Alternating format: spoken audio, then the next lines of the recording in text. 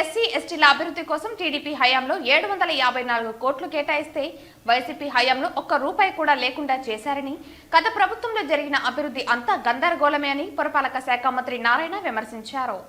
ఈ సందర్భంగా ఆయన మాట్లాడుతూ 454 కోట్ల నిధులను గత ప్రభుత్వం పక్కదారి పట్టించారని, తుడా పరిధిలో జీతాలకే 15 కోట్లు ఖర్చు పెట్టడం ఏంటని ప్రశ్నించారు.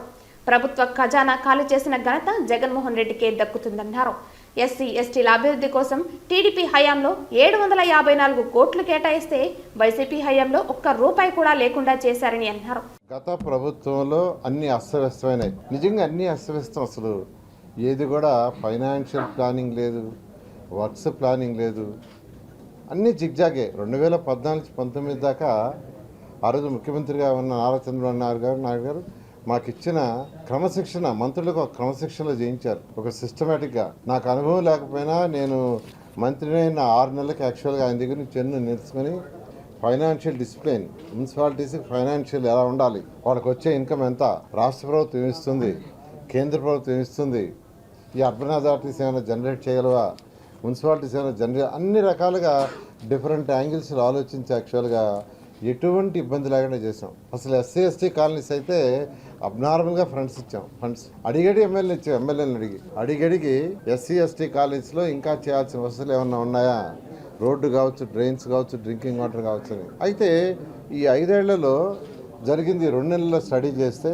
ఎందుకంటే ఎవ్రీడే నేను ఆల్మోస్ట్ 50% ఆఫ్ నా టైము రివ్యూలకే పెడుతున్నాను. ఎందుకంటే ఏదైనా ముందుకు పోవాలంటే ఏం జరిగిందో ఫస్ట్ తెలుసుకోవాలా.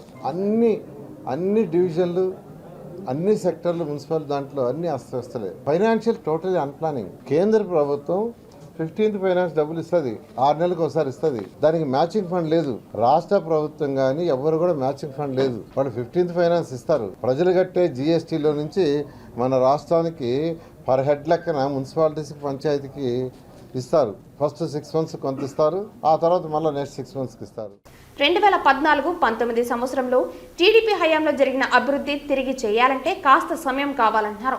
ప్రజలు అర్థం చేసుకోవాలని, సుదీర్ఘ అనుభవం కలిగిన సీఎం చంద్రబాబు రాష్ట్రాన్ని మరింత అభివృద్ధి చేయగలరని తెలిపారు. 2023-24 ఫస్ట్ 6 months అంటే జనవరి నుంచి మార్చి నుంచి సెప్టెంబర్ దాకా, మార్చి టు సెప్టెంబర్ ఫస్ట్ 6 నెలలు ఫైనాన్షియల్ కి 454 కోట్లు కేంద్ర ప్రభుత్వం ఇచ్చింది మున్సిపాలిటీస్. 2023 అంటే last year March to September. దాన్ని డైవర్ట్ చేసేసారు. దాన్ని మున్సిపాలిటీస్ కానీ డైవర్ట్ చేస్తే, మున్సిపాలిటీస్కి ఇచ్చేస్తే మళ్ళీ 300 కోట్లు సెకండ్ ఇన్స్టాల్మెంట్ ఉంది. ఆ 300 కోట్లు కూడా మున్సిపాలిటీస్ డైవర్ట్ చేస్తే, అంటే వాళ్ళకి ఇచ్చేస్తే మళ్ళీ ఈ మార్చి నుంచి ఈ సెప్టెంబర్కి 454 కోట్లు వస్తుంది. అంటే దానికి మ్యాచింగ్ లేదు. ఇంకా వేరే ప్రాజెక్ట్స్కి అయితే రాష్ట్ర ప్రభుత్వం మ్యాచింగ్ ఉంటుంది, కార్పొరేషన్స్ మ్యాచింగ్ ఉంటుంది, అన్నీ ఉంటుంది. మనం కట్టిన ట్యాక్స్లో మనకు 43% తిరిగి వెనకిస్తుంటే అది మనకి ఎక్కిచ్చేది 43%. పార్లమెంట్ చట్ట ప్రకారం వచ్చేది అది జిఎస్టీ దాని ప్రకారం. అట్లాంటి దాన్ని యాక్చువల్గా వదిలేస్తుంది గత ప్రభుత్వం. అంటే ఎంత కేర్లెస్. మున్సిపాలిటీస్లో ఈరోజు 1.5 crore పాపులేషన్ ఉంటే, ఈ రాష్ట్రంలో 5 కోట్ల జనాభా ఉంటే 1.5 crore మున్సిపాలిటీస్లో ఉంటారు. వాళ్ళకి వసతులు చేయాలంటే డబ్బులు రావాలా. సిఎఫ్ఎంఎస్ చూస్తే డబ్బులు, వాళ్ళు ట్యాక్స్లు కానీ, ఏది హౌస్ ట్యాక్స్ కానీ, వాటర్ ట్యాక్స్ కానీ ఏది కట్టినా సిఎఫ్ఎంఎస్లో పోతుంది.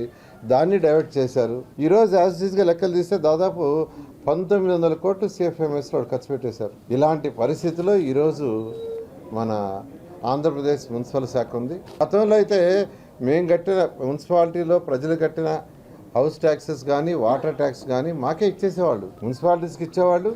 మున్సిపాలిటీస్లో ఆ కార్పొరేషన్స్ కానీ, మున్సిపాలిటీస్ కానీ వాళ్ళు కౌన్సిల్ పెట్టుకొని, కౌన్సిల్లో రిజల్యూషన్ చేసుకొని ఏ రోడ్డు ఎక్కడ డ్రైన్ చేయాలి, ఎక్కడ ఇబ్బంది, ప్రజలకు ఎక్కడ ఇబ్బంది అని ఆ వార్డులలో, ఆ డివిజన్లో ఉండే నాయకులు కౌన్సిల్లో డిస్కస్ చేస్తే వాళ్ళకి ఏం కావాలో పెడితే మెజారిటీ డిసిషన్ బట్టి వాళ్ళకి ఇచ్చేవాళ్ళు. అది అట్లాంటిది అసలు కంప్లీట్గా ఫండ్స్ వాళ్ళ దగ్గర వేరే దాన్ని డైవర్ట్ చేశారు అన్నిటికీ. టీడీఆర్ బాండ్ల పేరుతో వేల కోట్ల రూపాయలను దోచేశారని, సెప్టెంబర్ నెల చివరాఖరికల్లా రోడ్ల అభివృద్ధి కోసం స్థలాలు కేటాయించిన వారికి టీడీఆర్ బాండ్లను అందిస్తామన్నారు. భవన నిర్మాణ అనుమతుల సాఫ్ట్వేర్ను నెల రోజుల్లోనే అప్గ్రేడ్ చేస్తామన్నారు. చాలా సులువుగా భవన నిర్మాణ అనుమతులు తీసుకునే అవకాశం ప్రజలకు కల్పిస్తామన్నారు.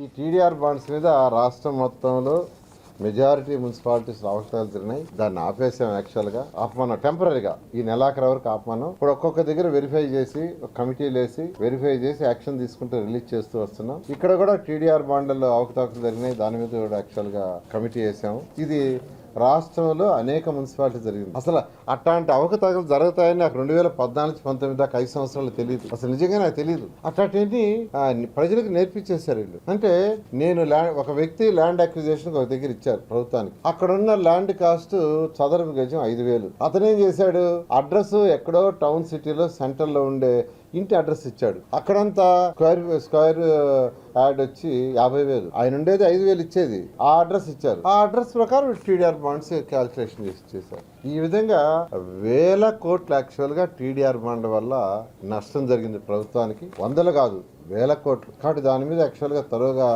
స్టడీ చేస్తున్నాం, ఎంక్వైరీ చేస్తున్నాం. అయితే ప్రజలు ఇబ్బంది పడకుండా రాష్ట్రంలో అన్ని దగ్గర నెక్స్ట్ మంత్ ఎండింగ్కి టీడీఆర్ బాండ్ ఇబ్బంది లేకుండా 123 మున్సిపాలిటీస్లో దాన్ని క్లియర్ చేస్తామని ప్రజలందరికీ చెప్తున్నాం. ఇది కేవలం టెంపరీగా ఇబ్బందే, ఇల్లు కట్టుకునే వాళ్ళకి ఇబ్బంది. అందువల్ల 1 by 1 రిలీజ్ చేస్తూ వస్తున్నాం. నెక్స్ట్ మంత్ ఎండింగ్కి 120 మున్సిపాలిటీస్లో ఈ టీడీఆర్ బాండ్ గురించి ఇబ్బంది రావడానికి చేస్తామని ప్రజలందరికీ తెలియజేస్తున్నాము. కొందరు కోర్టుకు పోయారు. కోర్టు ఏం డైరెక్షన్ ఇచ్చిందంటే ఒక కమిటీ వేయండి, కమిటీ ఇచ్చే యొక్క సూచనల ప్రకారం ముందుకు పోమన్నది. అందువల్ల కమిటీ రిపోర్ట్స్ తీసుకొని కమిటీ రిపోర్ట్స్ ప్రకారం ముందుకు పోవడం జరుగుతుంది. కొన్ని దగ్గరలో అయితే కొంతమంది ముందుకే వచ్చారు, సార్ మేము కొన్నాము, ఓకే, ఇప్పుడు టీడీఆర్ యొక్క బాండ్ విలువ ఏదో ఆ విలువ ప్రకారమే మాకు సెటిల్ చేసేమని వచ్చారు కొన్ని దగ్గరలో యాక్చువల్ గాను. ఏది ఏమైనా కోర్టు ఒక ఆర్డర్ వేసింది కాబట్టి కోర్టు ఆర్డర్ ప్రకారం మనం పోవటం కరెక్ట్ అని చెప్పి కమిటీలు వేసాం. కమిటీ రిపోర్ట్ అన్ని రాగానే దాని ప్రకారం ముందుకు పోవటం జరుగుతుంది.